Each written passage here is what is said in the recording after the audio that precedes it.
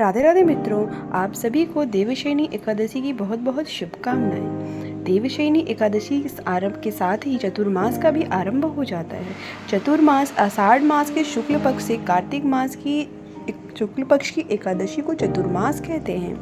एक पौराणिक कथा के अनुसार राजा बलि नाम के एक महान राजा थे, जिन्होंने तीनों लोकों पर अपना आधिपत्य स्थापित कर लिया था। इससे परेशान होकर राजा इंद्र विष्णु भगवान के पास जाते हैं और उनसे अपनी परेशानी बताते हैं। तब श्री हरि ने वामन रूप धारण करके धरती पर जाते हैं और राजा बलि से 3 पग भूमि दान में मांगते हैं। राजा 3 पग भूमि देने को तैयार हो जाता है। 2 पग में वो धरती और आकाश को माप लेते हैं और तीसरा पग मैं कहाँ रखूँ, यह बात राजा बलि से पूछते हैं। इस पर राजा बलि कहते हैं, आप तीसरा पग मेरे शीश पर रख दीजिए। और इस तरह से तीनों लोगों को भगवान ने राजा बलि के से छुड़ाया। साथ ही राजा बलि की दानवीरता से वो अति प्रसन्न थे, इसलिए उन्होंने राजा बलि से वर मांगने के लिए कहा। राजा बलि ने विष्णु भगवान को नमस्कार किया और उन्हें अपने साथ पाताल लोक में वास करने को कहा। श्रीहरि राजा बलि के साथ पाताल लोक चले गए। इससे सभी देवी देवता, लक्ष्मी माता सब बहुत परेशान हुए।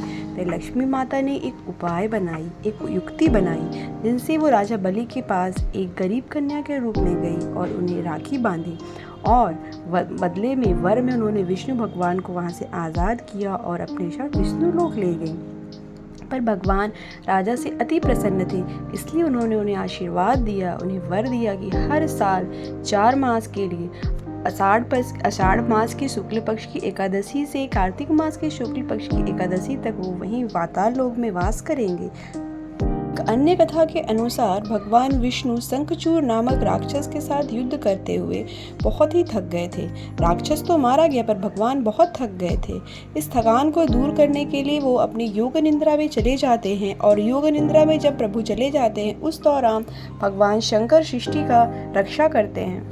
भगवान रुद्र सृष्टि के संचालन के साथ साथ सृष्टि के भर्ता का भी काम करते हैं। भगवान रुद्र जो बहुत ही जल्दी प्रसन्न भी हो जाते हैं और उन्हें बहुत ही जल्दी क्रोध भी आता है। उनकी इस मास में विशेष पूजा की जाती है, इसलिए यह मास श्रावण मास शिव जी को समर्पित है, जिसमें शिवलिंग की विशेष पूजा की जाती है। मान्यता है कि इस मास में जो भगवान रुद्र की पूजा करता है, उनकी सभी इच्छाएं भगवान पूरी करते हैं।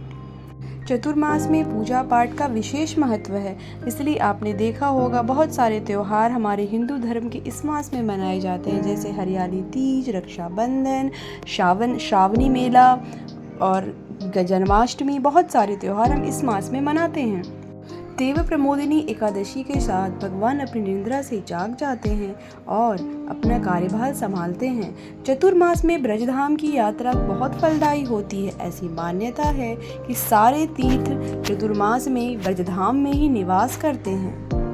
चतुर्मास में जब भगवान अपनी निद्रा में होते हैं, उस समय कोई भी शुभ कार्य नहीं किया जाता, जैसे कि विवाह, मुंडन, गृह प्रवेश, जनेऊ, मकान का नींव आदि बहुत सारे शुभ कार्य इस मास में वर्जित माने जाते हैं। जब भगवान अपने योग निद्रा से देव प्रमोदिनी एकादशी के बाद जागृत होते हैं, उसके बाद ही हमारे हिंदू सनातन धर्म में शुभ कार्य आरंभ किए जाते हैं।